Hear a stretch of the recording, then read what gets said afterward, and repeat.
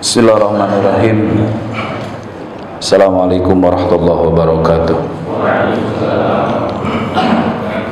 Alhamdulillahilladzi faddala bani Adam bil ilmi wal amal ala jami'il alam.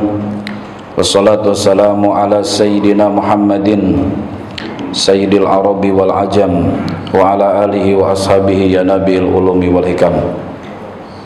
Jamaah Masjidil Hidayah yang sama-sama dimuliakan Allah Subhanahu wa taala. Alhamdulillah kita bersyukur kepada Allah Subhanahu wa taala yang mana kita diberi kemudahan oleh Allah untuk menjalankan kewajiban kita, yakni salat maghrib dilaksanakan secara berjamaah. Mudah-mudahan Allah Subhanahu wa taala menerima ibadah salat kita. Amin. Salawat serta salam semoga tercurahkan kepada baginda Nabi Muhammad sallallahu alaihi wasallam, pada keluarganya, sahabatnya dan juga pengikutnya hingga akhir zaman. Baik, kita akan lanjutkan bacaan kitab Nasaihul Ibad. Bismillahirrahmanirrahim.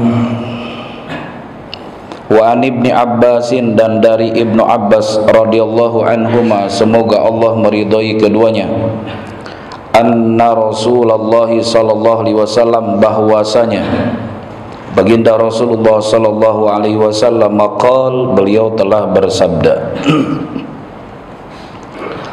arba'un, ada 4, man u'tiyahunna, barang siapa yang diberikannya atau memilikinya, faqad utiya khairad dunya wal akhirah, maka sungguh ia telah diberikan kebaikan dunia dan akhirat.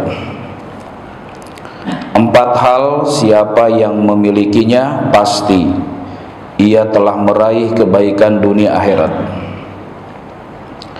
Lisanun dzakirun, yang pertama adalah lisan yang selalu berzikir. Wa qalbun syakirun, yang kedua hati yang selalu bersyukur. Wa badanun 'alal bala'i sabirun, yang ketiga badan yang selalu bersabar atas ujian. Wa zaujatun salihatun, yang keempat adalah istri yang salihah, la tabghi khawnan fi nafsiha wa malih, yang tidak berkhianat kepada suaminya, baik di dalam kehormatan dirinya dan harta suaminya.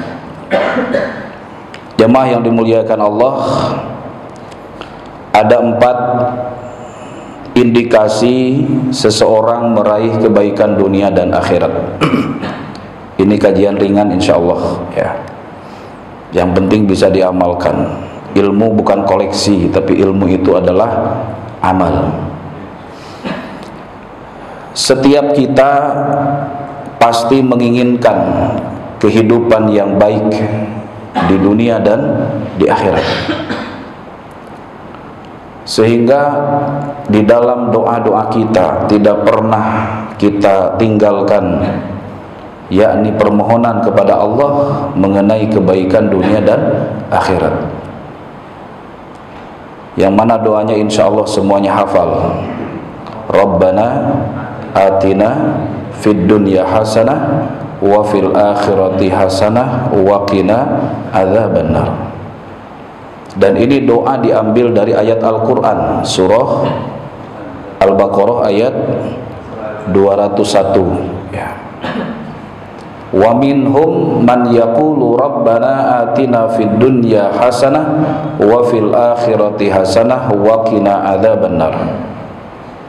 Di antara manusia ada yang meminta kepada Allah, ya Allah karuniakan kepada kami kebaikan di dunia dan kebaikan di akhirat, dan lindungilah kami dari siksa api neraka. Doa ini sering disebut di Indonesia sebagai doa sapu jagat. Tidak ada di Timur Tengah Pak doa sapu jagat, gak ngerti mereka. Orang Eropa juga gak ngerti doa sapu jagat itu apa. Hanya orang Indonesia yang menamai Rabbana atina itu doa sapu jagat. Kenapa kok disebut doa sapu jagat? Karena semua hajat kita itu terpenuhi dengan satu kata atina fid dunya hasanah wa fil akhirati hasanah. Mau sepanjang apapun doa kita, ya, berapa jilid kita membaca doa, ujung-ujungnya itu, intinya adalah hasanah fid dunya wa hasanah fil akhirah, kebaikan dunia dan akhirat.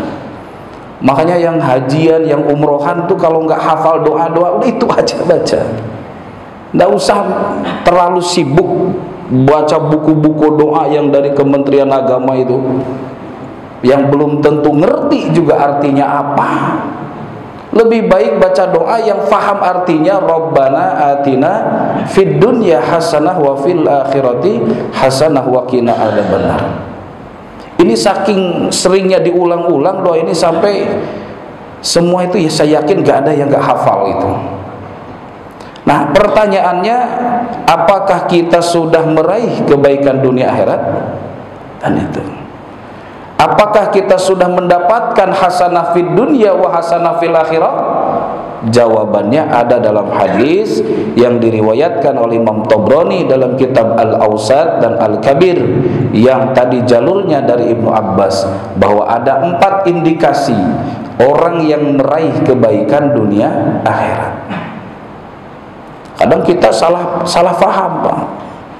Ya, kebaikan dunia itu ketika uang berlipat, rumah bertingkat, mobil mengkilat, istrinya memikat, 4-4 dari tadi. Semangat banget ini kalau 4-4 ini. Kayak iya aja gitu loh, kayak iya aja. Ya. Kadang orang mikirnya ke situ gitu, urusan materi yang disebut dengan hasanah fid dunya itu. Padahal Nabi menjelaskan bahwa hasanah fid dunya itu, hasanah fil akhirah itu terangkum di dalam 4 perkara. Yang pertama apa? Lisanun dzakirun. Ketika Allah memberikan kekuatan kepada kita, lisan kita selalu basah dengan zikir, itulah kebaikan dunia akhirat. Kenapa jemaah dimuliakan Allah? Zikir ini merupakan kunci ketenangan, kunci kebahagiaan. Ya. Dan ini sudah menjadi jaminan Allah, janji Allah, ala bidzikrillahi tatmainnul qulub. Surah apa? Ar-Ra'du, ya, surah Ar-Ra'du ayat 28. Jadi kalau kita hidup ingin tenang, ingin tentram, bahagia, caranya adalah perbanyak zikrullah, perbanyak zikir. Basahi lidah kita dengan memperbanyak zikir kepada Allah. Ala, ketahuilah, kata Allah, ingat, kata Allah, bizikrillah, hanya dengan zikir kepada Allah tatmainnul qulub, hati-hati akan menjadi tentram, menjadi tenang. Ya. Sekalipun kita berada di dalam kesusahan, kesulitan, kepayahan, tapi kalau kita dibarengi dengan zikir, pasti tetap kita akan mendapatkan ketenangan, kebahagiaan. Kita pernah dengar kisahnya Nabi Ibrahim. Beliau bisa tenang, bisa nyaman berada di dalam kobaran api. Beliau bisa merasakan nyaman, tenang, bahagia di dalam tengah-tengah kobaran api. Kenapa? Karena ada zikirnya. Nabi Ibrahim tidak berhenti mengucapkan zikirnya, hasbiyallah wa ni'mal wakil, ni'mal maula wa ni'man nasir. Itu zikir Nabi Ibrahim. Selama beliau berada di dalam kobaran api, beliau tidak berhenti mengucapkan kalimat itu. Cukup Allah yang membantu saya, cukup Allah yang melindungi saya, cukup Allah yang menolong saya. Ya. Nabi siapa yang di dalam perut ikan tuh? Nabi Yunus. Ya. Nabi Yunus ada dalam perut ikan selama 40 hari 40 malam di dalam kegelapan, bahkan dikatakan kegelapan di dalam kegelapan, ya, di dalam perut ikan, di dalam lautan, di tengah kegelapan malam. Kalau kita, mohon maaf, tidak dalam perut ikan saja, banyak yang gelisah, banyak yang galau, banyak yang sedih. Beliau berada di dalam perut ikan, beliau berada di dalam kesempitan, beliau berada di dalam kesulitan, tetapi ketika beliau berzikir kepada Allah, beliau selalu merasakan ketenangan, kebahagiaan dengan kalimat la ilaha illa anta subhanaka inni kuntu minadh dhalimin. La ilaha illa anta, tidak ada sesembahan selain engkau. Subhanaka, engkau maha suci. Inni kuntu minadh dhalimin, sungguh aku orang-orang yang zalim. Ketika kita memperbaiki keyakinan, kita meyakini bahwa tidak ada perbuatan Allah yang salah, kemudian kita mengakui kesalahan diri, maka itulah akan datang ketenangan, kebahagiaan. Jadi perbanyak zikir. Kenapa? Dalam situasi di dalam api saja bisa mendapat ketenangan, di dalam perut ikan saja bisa mendapat ketenangan kalau dibarengi dengan zikrullah. Sekalipun tadi harta banyak, duitnya banyak, istrinya, aduh kan balik lagi. Kalau nggak ada zikir pasti gelisah. Nggak ada zikir tidak ada ketenangan hidupnya. Ya. Saya pernah punya pengalaman tahun 2000, berarti 25 tahun yang lalu. Saya kena penyakit panas, kemudian saking panasnya kemudian lumpuh. Jadi saya pernah lumpuh, Pak, selama 4 bulan. Saya tidak bisa mengangkat kaki saya. Ya, jangankan ngangkat kaki, ngangkat tangan saya nggak mampu. Ngangkat telunjuk saja saya nggak bisa. Itu namanya lumpuh, Pak. Saya ngerasain ternyata subhanallah, ya, tubuh ini tidak bisa bergerak, hanya satu yang bisa bergerak, mulut. Otak pun sudah nggak bisa berpikir karena begitu lemahnya badan kita itu. Saya didatangi sama guru saya, dijenguk sama guru saya. Kemudian beliau katakan di telinga saya, beliau bisikan di telinga saya, nak, perbanyak zikir Nabi Yunus, la ilaha illa anta subhanaka inni kuntu minadh dhalimin. Saya nggak sholat, Pak, karena pikiran saya udah nggak nyambung, Pak. Saya kalau sholat itu sambil duduk, sambil berbaring gitu ya, sholat bisa. Itu hanya sampai suratul Fatihah, habis itu buyar semua, nggak selesai sholat. Ya udah, yang saya bisa lakukan hanya satu amalan, zikir saja. La ilaha illa anta subhanaka inni kuntu minadh dhalimin. La ilaha illa anta subhanaka inni kuntu minadh dhalimin. Monggo yang mau nyoba, ya.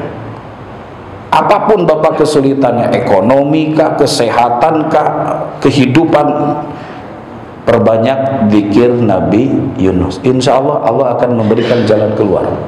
Sebagaimana Nabi Yunus dikeluarkan dari perut ikan, diselamatkan oleh Allah, disehatkan penyakitnya. Jadi sekali lagi, kunci kebaikan dunia akhirat, ciri orang yang meraih kebaikan dunia akhirat, yang pertama adalah lisanun dzakirun, lisan yang selalu apa? Berzikir kepada Allah. Karena orang yang berzikir, Allah jamin akan mendapat ketenangan. Yang kedua, orang yang berzikir akan meraih ampunan. Pasti orang berzikir itu akan mendapatkan ampunan Allah. Sebagaimana janji Allah Subhanahu wa taala dalam surah Al-Ahzab ayat 35. Wadz-dzakirinallaha katsira wadz-dzakirat a'addallahu lahum maghfiratan wa ajran 'azima. Ini janji Allah bagi orang yang selalu berzikir.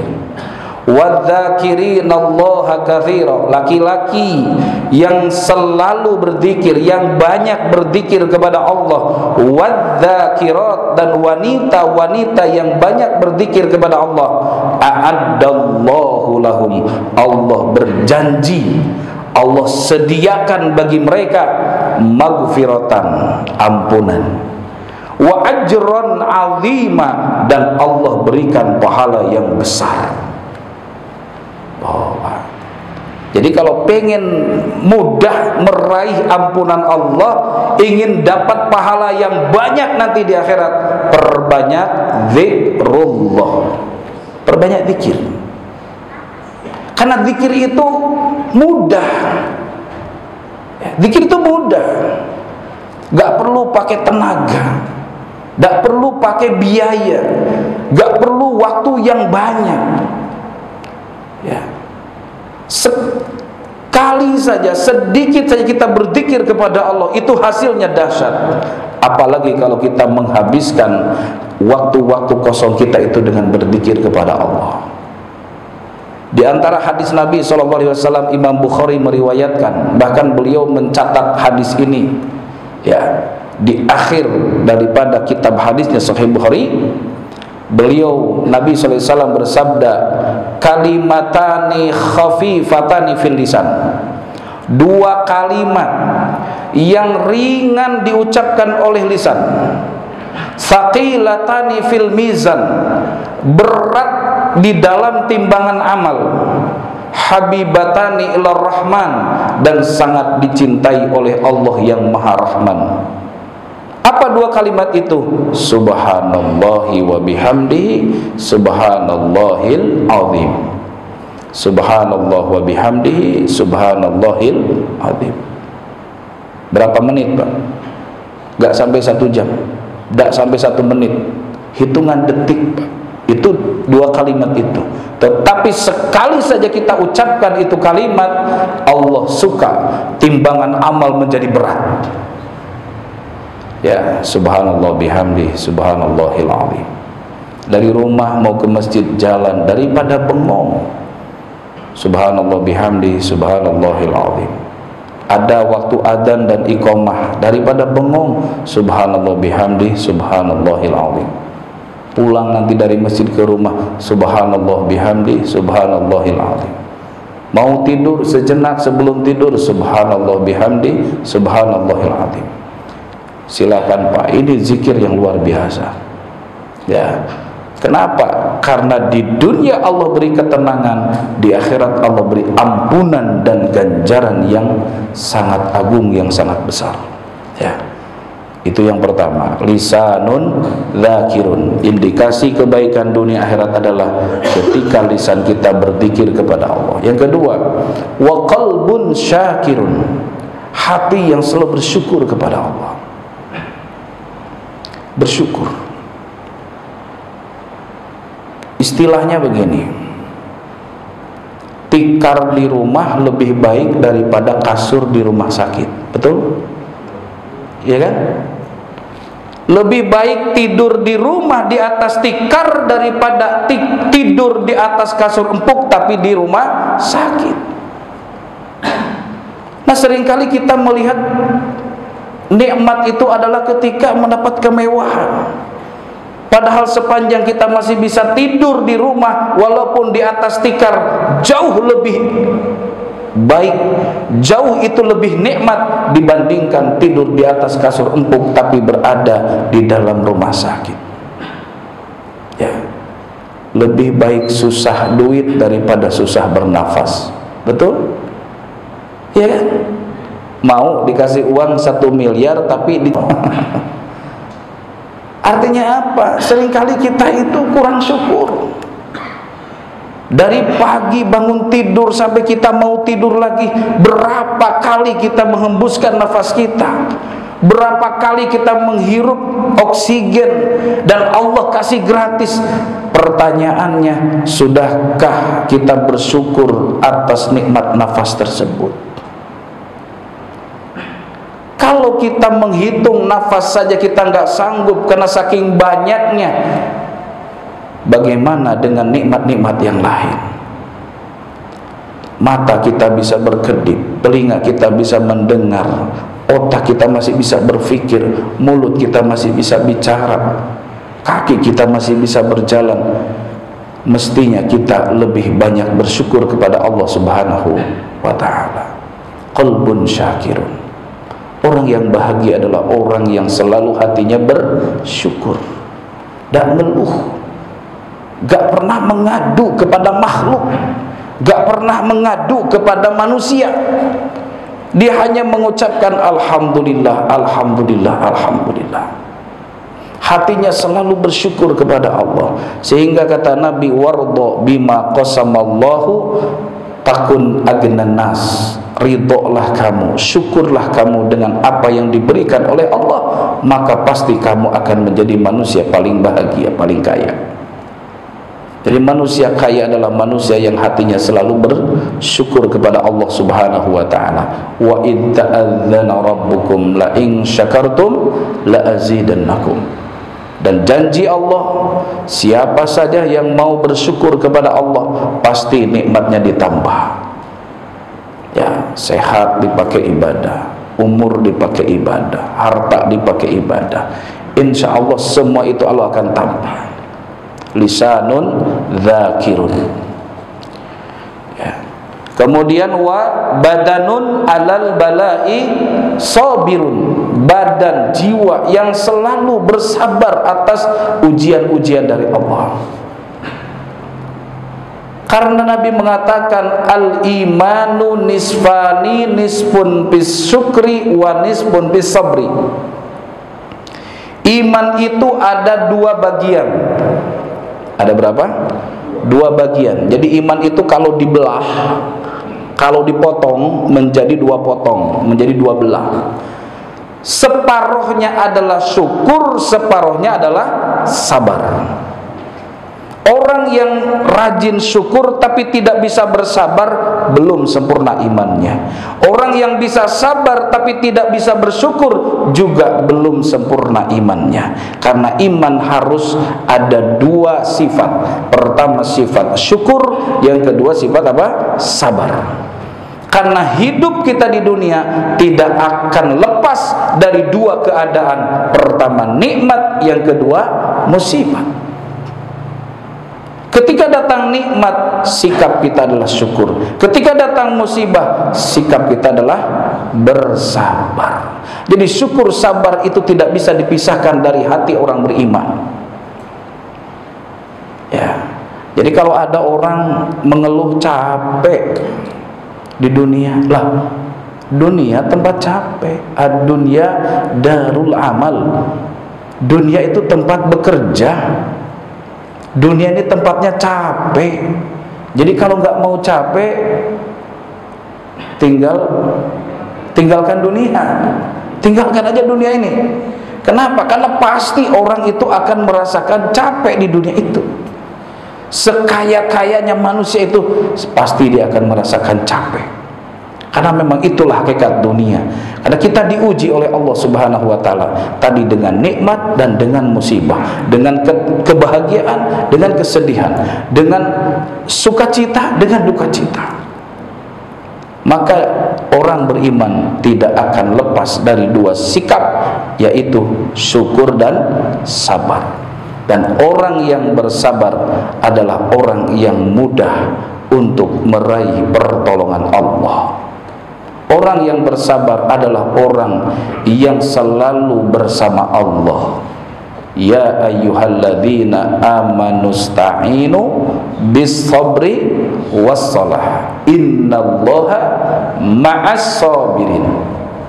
Hai orang beriman, carilah pertolongan Allah dengan apa? Sabar dan sholat. Sesungguhnya Allah selalu bersama orang-orang yang sabar. Ya, Allah tuh senang dengan orang-orang sabar. Kenapa nabi-nabi itu dipilih menjadi kekasih Allah? Karena mereka memiliki kesabaran yang tinggi. Ya. Maka badanun sabirun, orang yang meraih kebaikan dunia akhirat adalah ketika memiliki jiwa yang sabar. Ya. Yang keempat, wa zaujatun sholihatun la tabghihi khaunan fi nafsiha wa malih. Indikasi seseorang meraih kebaikan dunia, kebaikan akhirat ketika memiliki pasangan hidup wanita yang soleha. Masya Allah. Bahagia kan? Kita nih walaupun susah, ya, para suami, para bapak, kalaupun tidak punya uang, kalau lihat wajah istrinya senyum, bahagia kan? Bahagia. Walaupun banyak duit, ke rumah nenteng uang, tapi ketika ketemu istri cemberut, gak ada kebahagiaan, terasa sempit. Jadi kebahagiaan rumah tangga kita adalah terdapat pada kebahagiaan istri yang saleh. Oleh karenanya kata Nabi, ad-dunya mata wa khairu mata'iha al-mar'atus salihah. Dunia adalah perhiasan, dan seindah-indahnya perhiasan adalah apa? Wanita salihah. Masya Allah, ya. Insya Allah, mudah-mudahan ini semuanya istrinya salihah semuanya. Amin. Iya. Apalagi Pak, kalau sudah punya istri salihah, Masya Allah, bahagia hidup. Kenapa? Karena wanita salihah ini sangat berpengaruh Pak terhadap karakter di dalam rumah. Anak itu akan berubah karakternya karena istri, karena ibunya. Baik buruknya anak itu lebih dominan kepada sikap dan sifat daripada ibunya. Ya, ibu yang baik akan melahirkan anak-anak yang baik, anak-anak yang soleh-solehah. Maka kita ini jamaah yang dimuliakan Allah sebagai suami, sebetulnya bagaimana kita itu membentuk istri kita menjadi yang soleha. Kenapa? Kalau istri kita soleha, udah beres urusan rumah kita ini, urusan anak-anak kita ini. Kenapa? Karena anak lebih cenderung mengikuti ibu daripada mengikuti bapak. Betul nggak? Ya, karena memang anak selalu bersama ibu. Dari mulai dikandung bersama ibu. Ada bapak yang ngandung? Ya, bukan ngandung tapi buncit. Bapak nggak ada yang ngandung. Ibu mengandung anak 9 bulan, dibawa kemana-mana, ke WC dibawa, tidur dibawa, ya, ke pasar dibawa, kemana-mana dibawa. Berarti anak itu selalu bersama ibu. Setelah lahir juga terus bersama ibu, disusui, karena tidak ada bapak yang menyusui anaknya. Habis itu juga kemudian diasuh, dirawat, dipelihara oleh ibunya. Artinya begitu banyak waktu anak bersama siapa? Bersama ibu. Sehingga dikatakan al-ummu madrasatul ula. Ibu adalah madrasah pertama, sekolah pertama. Pendidikan anak itu sangat bergantung kepada pendidikan ibunya. Sehebat apapun anak di sekolah unggulan, kalau ibunya mohon maaf, ya, karakternya buruk, karakternya jelek, gak ada gunanya pendidikan anak itu. Karena pendidikan anak yang menentukan adalah pendidikan di rumahnya bersama ibunya. Lihat Pak, orang-orang hebat itu, ulama-ulama yang sukses itu, ulama-ulama yang hebat itu siapa? Mereka adalah anak-anak yang dibesarkan, dididik oleh seorang wanita yang saleh. Contoh Imam Syafi'i misalnya. Imam Syafi'i itu dibesarkan, diasuh, dididik oleh seorang ibu, ya, yang salehah.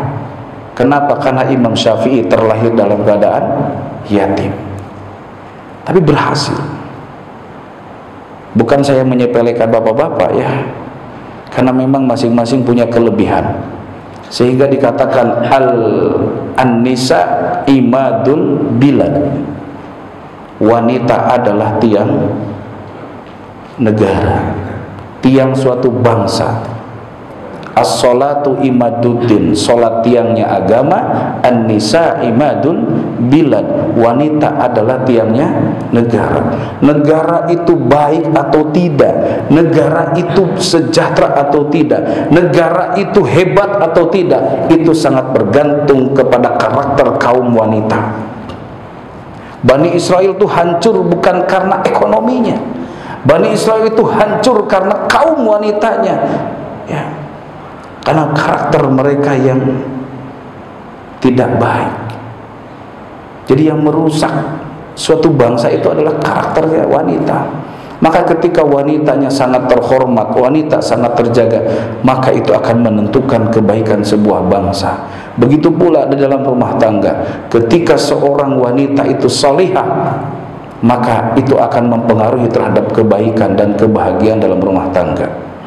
Nabi SAW pernah menyampaikan apa indikasinya wanita salihah. Al-mar'atu salihah idza nadartaha sarratka.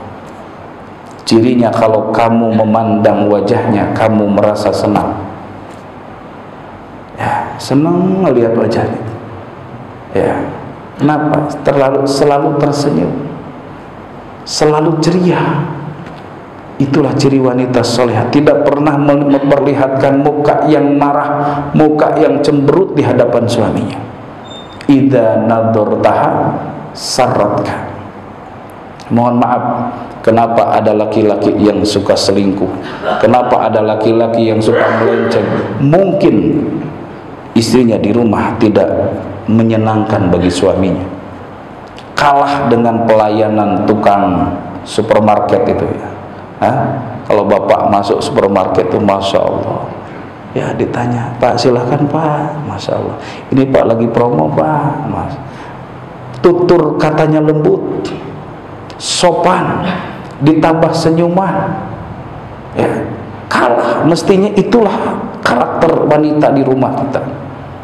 Apalagi kalau bapak sudah naik pesawat, Masya Allah, mau walaupun jamaah haji, jamaah umroh, ya, pramugarinya itu Masya Allah, nggak ada pramugari yang bengis-bengis, nggak ada, ya, semua sopan-sopan, ya. Lagi tidur aja dibangunin, Pak mau minum apa? Nah, mau minum apa? Mau susu? Mau jus? Mau kopi? Lah, Masya Allah. Itu belajar itu dari karakter seperti itu. Kenapa kata Nabi, al-mar'atus salihah idza nadartaha sarratka. Kalau kamu memandangnya, kamu merasa bahagia, kamu senang. Wa idza amartaha ata'atka. Dan jika kamu menyuruhnya, maka dia akan taat. Selalu sami'na wa ata'na. Mah kopi dong, bikinin dengan penuh keikhlasan. Jangan begini, mah kopi bikin sendiri, gula ada, kopi ada.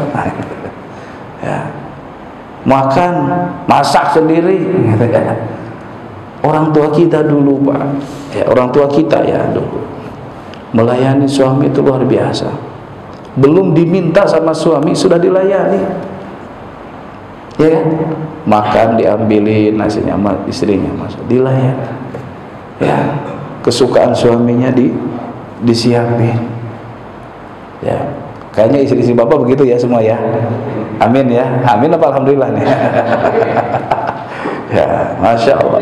Idza amartaha ata'atka wa idza gibta hasanat farjah. Dan jika kamu tidak ada, kamu sedang pergi, kamu tidak ada di sisinya, maka ia menjaga kehormatannya, menjaga kehormatan dirinya dan menjaga kehormatan suaminya. Ya, gak mentang-mentang suami lagi pergi keluar kota terus keluyuran. Tidak mentang-mentang suami tidak ada terus keburukan suami dibongkar aibnya.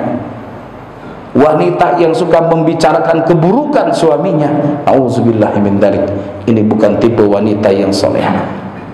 Ya, wanita salehah adalah wanita yang pintar menutupi keburukan suaminya, tidak berani membicarakan keburukan suaminya kepada orang lain. Ya, jangan ngerumpi, tetapi di belakang ngerumpi itu ada ghibah, membicarakan keburukan suaminya. Ya. Nah, jadi wanita salehah itu adalah wanita yang ketika dipandang menyenangkan, disuruh taat ketika tidak ada suaminya, ketika sedang pergi suaminya, maka ia menjaga kehormatan dirinya dan kehormatan suaminya.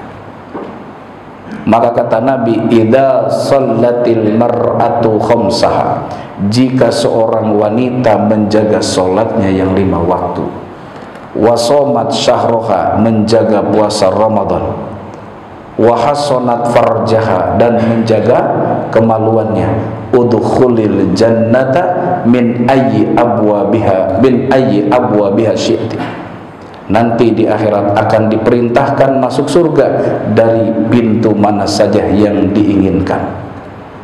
Itu hebatnya wanita saleh. Jadi sekali lagi jemaah dimuliakan Allah Subhanahu wa taala, ada 4 indikasi hasanah fid dunya wa hasanah fil akhirah. Yang pertama adalah lisan yang selalu berzikir kepada Allah, yang kedua hati yang selalu bersyukur, yang ketiga jiwa yang selalu bersabar, yang keempat wanita yang salihah. Semoga Allah Subhanahu wa taala mengaruniakan hasanah fid dunya wa hasanah fil akhirah. Amin ya rabbal alamin. Itu saja yang dapat saya sampaikan. Silakan, ada waktu sebentar untuk tanya jawab, insyaallah. Siapa Haji? Assalamualaikum wabarakatuh. Tentang 4 hal untuk meraih kebaikan dunia akhirat, Ya. bagaimana kalau seandainya pan-pannya nggak bisa terpenuhi gitu Pak? Bisa gitu. Karena 1, 2, 3 itu terpenuhi, tapi istri itu nggak dapat. yang nggak dapat yang terakhir gitu. Baik Bapak. Ya. Ini kan sebetulnya indikasi itu berarti kan bisa sebagian, bisa keseluruhan, bahkan mungkin lebih dari 4 gitu loh. Tidak harus 4. Ini 4 itu minimal ya. Minimal ada 4 indikasi, 4 tanda untuk meraih kebahagiaan dunia akhirat. Syukur-syukur lebih dari 4 tadi. Ya, kalau bisa jangan kurang Pak dari 4 ya. Gitu ya. Kalau bisa jangan kurang dari 4. Minimal 4 lah kita punya itu ya. Lisan berzikir, hati bersyukur, badan bersabar, istri yang solehah. Enggak punya istri atau udah punya istri? Oh, udah ada. Solehah apa enggak nih di rumah? Insya Allah ya solehah ya. Iya, dididik aja Pak jadi solehah ya. Jangan mikir bagaimana cara mendapatkan istri solehah, jangan. Jadi berpikir bagaimana istri yang di rumah menjadi istri yang solehah. Nah gitu Pak. Itu yang mesti usahakan. Jangan mengusahakan yang lain gitu. Begitu ya. Siap. Cukup ya. Ada lagi Bapak-bapak? Usaha yang lain? Cukup Baji enggak? Bikin itu kan berarti udah bagus Pak. Ya. Ucapan-ucapan. Betul. Apakah sebaiknya memahami bikin itu termasuk? Betul. Kalau kata-kata orang pendapat dan sebagainya. Betul. Memahami alam. Ya. Ya. Biar luas. Siap. Biar luas. Ya. Jadi ada zikir, ada fikir. Kalau zikir itu terbatas dengan lisan, ada zikir lisan, ada zikir kolbu, ada zikir perbuatan. Jadi gini, zikir yang paling ringan adalah zikir lisan. Itu tahapannya dulu ya. Jadi zikir lisan dulu, subhanallah bihamdi subhanallah azim. Itu yang pertama zikir lisan. Yang kedua zikir kolbu. Zikir kolbu itu tadi merasakan apa yang diucapkan. Karena zikir kalau nggak pakai rasa tidak nikmat. Ya, zikir kalau nggak pakai rasa tidak nikmat. Maka zikir harus pakai rasa. Gimana supaya zikir itu pakai rasa? Pahami apa yang diucapkan.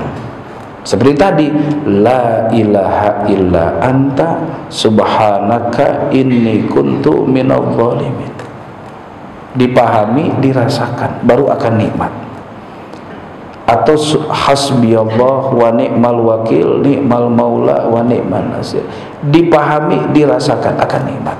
Jadi zikir itu tidak cukup dengan lisan ya, tapi sekurang-kurangnya tadi biasakan lisannya dulu. Nanti dibarengi dengan hati, yakni dengan rasa, dipahami, kemudian dengan badan. Nah, zikir badan itu apa? Kepada Allah, itu namanya zikir. Walaupun mulut tidak sedang mengucapkan tasbih, tapi badan kita jauhi dari maksiat, itu namanya badan kita sedang berzikir kepada Allah. Nah, itu ada zikir. Nah, kemudian tadi ada kaitannya dengan fikir. Kalau fikir itu bertafakur, merenungkan, tidak perlu pakai mulut. Ya, kalau kita pengen merenung, tidak perlu pakai mulut, cukup mulut kita diam, tubuh kita diam, otak baru kita berpikir, memikirkan tentang dosa-dosa, memikirkan tentang keagungan Allah, memikirkan tentang kehebatan Allah. Itu ibadah fikir. Beda lagi, ada ibadah tu zikir, ada ibadah fikir. Tafakkuru sa'atin khairun min ibadati sab'ina sana. Berfikir tentang ciptaan Allah sesaat lebih baik daripada ibadah sunnah 60 tahun. Begitu. Jadi ada zikir, ada fikir. Itu. Kalau dibarengin dahsyat. Zikir juga, fikir juga. Begitu ya. Baik, Bapak, cukup ya, sudah masuk isya ya. Boleh Pak Ji. Zikir itu memang harus ada tujuan atau kita bisa bikin sendiri? Sebenarnya kita bikin ayat, terus kita bikin asma Allah. Ya. Ya. Zikir itu nggak usah bikin sendiri, toh udah banyak contohnya. Ya, di Quran banyak, di hadis banyak. Kenapa kita harus bikin zikir sendiri misalnya? Kita dengar habis subuh itu di masjid lain itu. Betul? Ya Latif, ya Latif. Ya itu dari Asmaul Husna. Iya, ini bisa kita. Yes, zikir itu artinya menyebut nama Allah. Kata zikir itu dzakaro. Dzakaro itu maknanya dua. Satu menyebut, berarti dipakai mulut, disebut zikir lisan. Dzakaro bisa diartikan mengingat tanpa disebut tapi hatinya ingat, itu juga zikir. Nah, apa yang disebut asma Allah? Walillahil asmaul husna fad'uhu biha. Allah punya nama-nama yang baik, maka panggillah Allah dengan nama-namanya. Ya Rahman, Ya Rahim, Ya Malik, Ya Kudus, Ya Salam. Itu zikir, Pak. Dan itu diperintah oleh Al-Quran. Kalau kita berzikir, sebut nama-nama Allah, sebut asma-asma Allah yang indah, gitu. Jadi, sangat panjang Pak, sangat luas sekali itu lafaz zikir itu. Tapi tadi sesuaikan saja Pak, bagi orang yang sedang dapat nikmat, zikir yang paling utama alhamdulillah. Orang yang sedang dapat musibah, zikir yang paling utama innalillah atau astagfirullah. Ya, astagfirullah. Kenapa? Boleh jadi musibah ini karena dosa-dosa kita. Ya. Orang yang mau melakukan suatu pekerjaan, zikir yang utamanya bismillah. Orang yang selesai melakukan pekerjaan, zikir utamanya alhamdulillah. Jadi zikir itu ibarat obat, Pak. Tergantung penyakitnya apa. Ya, jangan semuanya pakai bodrek. Sakit gigi bodrek, sakit perut bodrek, semua penyakit bodrek. Nah, itu sama aja tadi, zikirnya nggak pernah ganti-ganti. Zikir itu ganti-ganti saja, sebagaimana aktivitas kita. Naik kendaraan zikirnya ada, pakai sendal zikirnya ada, tidur zikirnya ada, makan zikirnya ada, masuk kamar mandi zikirnya ada. Karena ada orang begini, udahlah baca bismillah aja, alhamdulillah selesainya. Nah, itu mah bagi orang awam. Bagi orang awam ya, kalau nggak ada obat, ya nggak tahu obat, udah ini aja, paracetamol aja udah, gitu aja ya. Paracetamol ibaratnya bismillah alhamdulillah itu ya. Jadi buat penyakit apa saja. Tapi bagi kita ya, variasikan zikir itu sesuai dengan kondisi kita, begitu. Itu Pak ya. Jadi lafaz zikir itu sangat banyak, di Quran, di hadis juga banyak. Monggo tidak usah bikin zikir sendiri, takut salah nanti. Iya, nanti bukannya dapat ketenangan, yang ada stres. Itu ya. Cukup. Semoga bermanfaat. Semoga Allah berikan panjang umur, sehat walafiat, istiqomah. Allah berikan keberkahan dalam rezeki, keberkahan umur, anak cucu kita soleh soleha. Semoga kita diakhiri dengan husnul khotimah. Itu saja, kita akhiri dengan doa kafaratul majlis. Subhanakallahumma wa bihamdika asyhadu an la ilaha illa anta astaghfiruka wa atubu ilaik. Assalamualaikum warahmatullahi wabarakatuh.